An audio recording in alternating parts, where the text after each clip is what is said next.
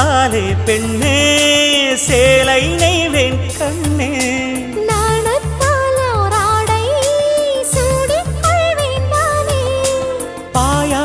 அடி சொல்லாதே பஞ்சணம் புதையல் ரகசியமே